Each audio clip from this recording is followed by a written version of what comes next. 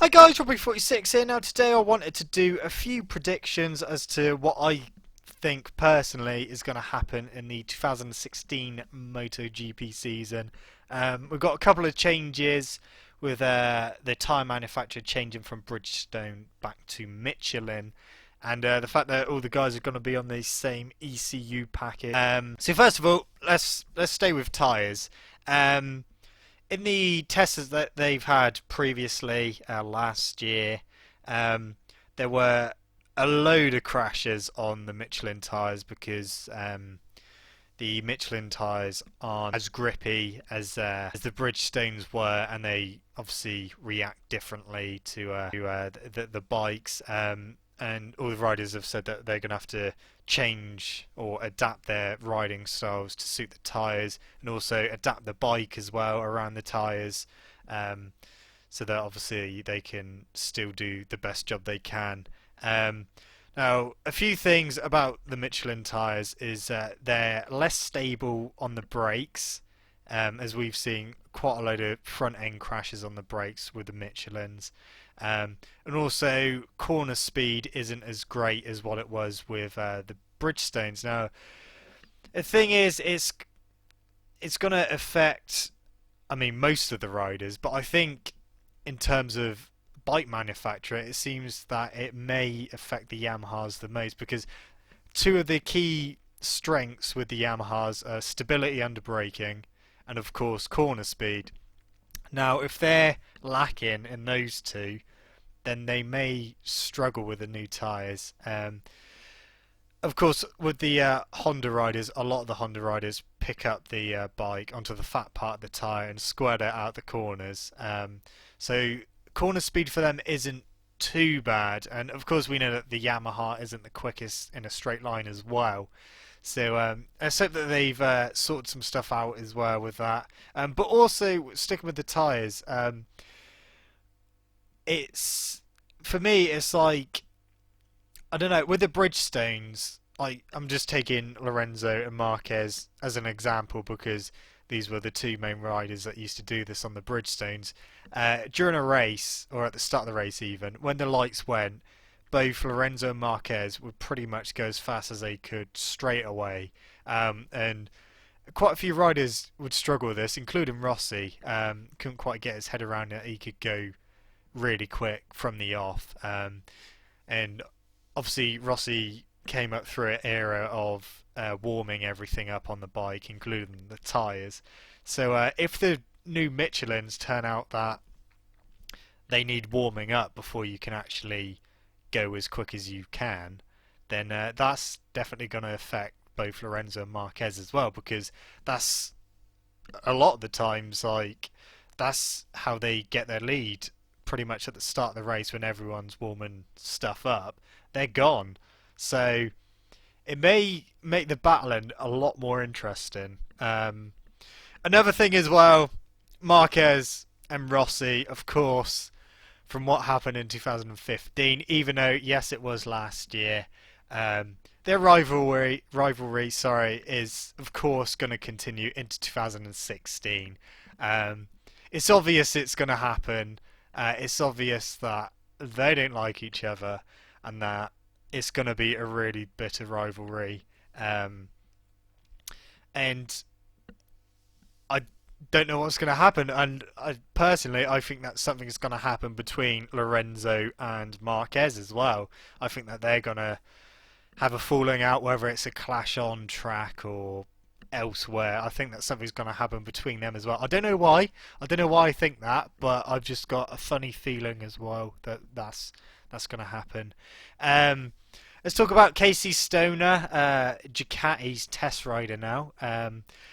I think that he will do wildcards this season. I don't know how many. Obviously, if one of the Andreas or any of the Ducati riders injure themselves, then obviously he will stand in for them.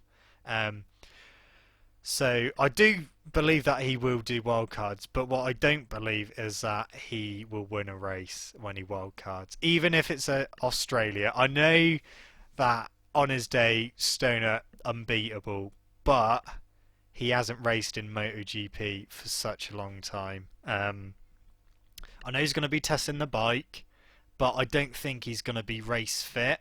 Um, Obviously, he hasn't raced in MotoGP for a number of years now, so he may still be blisteringly quick.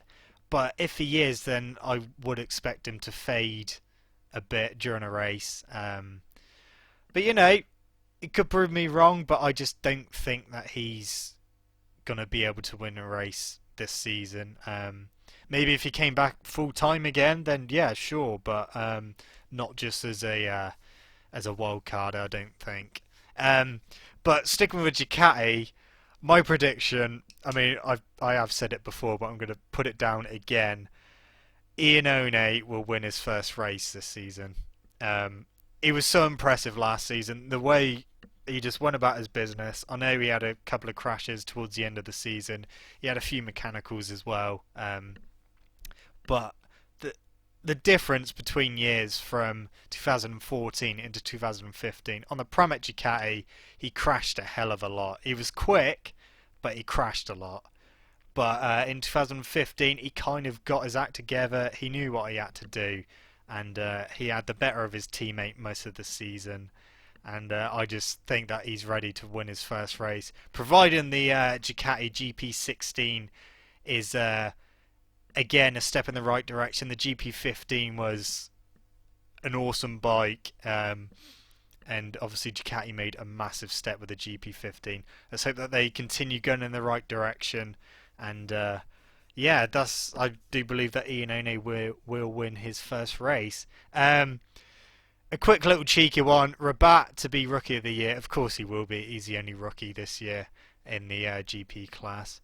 I also predict that Bradley Smith will beat Pol Espargaro, his teammate, at Tech 3 again this year. But even if he does that, I still think, unfortunately, I don't want him to, but I do think that he won't be on that bike again next year, or he may not even be in the GP paddock next year. It's horrible to say, but unfortunately, I personally believe he has the wrong passport. He's not one of the favoured nationalities, but even if he won the championship on the Tech 3 Yamaha, I think he'd still struggle to find a decent ride for the following season. So maybe KTM, I don't know, or a different bike for next year. I do hope that he stays in the paddock, because the way he's come about as well, obviously he got a load of shit from people saying he doesn't deserve a MotoGP ride in the first place and that, but he's definitely proved people wrong.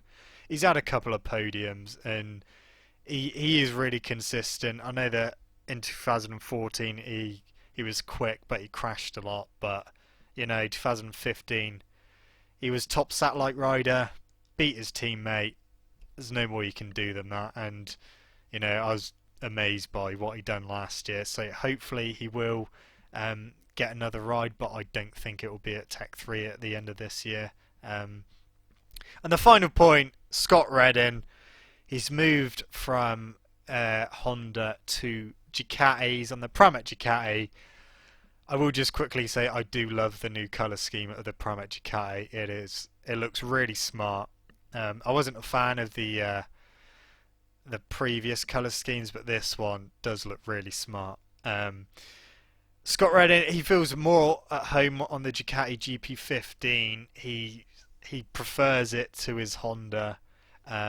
So I think that a confident Scott is a fast Scott, and I believe that he will improve a lot over last year, and we will see the Scott of old, like we did in Moto2, where really strong, really consistent, and I believe that he's definitely gonna improve loads over his Honda time. So that's pretty much it, guys. There are, of course, loads of points I could have chosen. I just chose these few. I could go on talking about MotoGP for an infinite amount of time and never get bored, but obviously I can't make videos that are like 24 hours long, because I don't think anyone would watch 24-hour long videos. But that's it from me, guys. Thank you so much for watching. Don't forget to leave this video a like, subscribe to my channel for more content, and I shall see you guys in the next video. See you!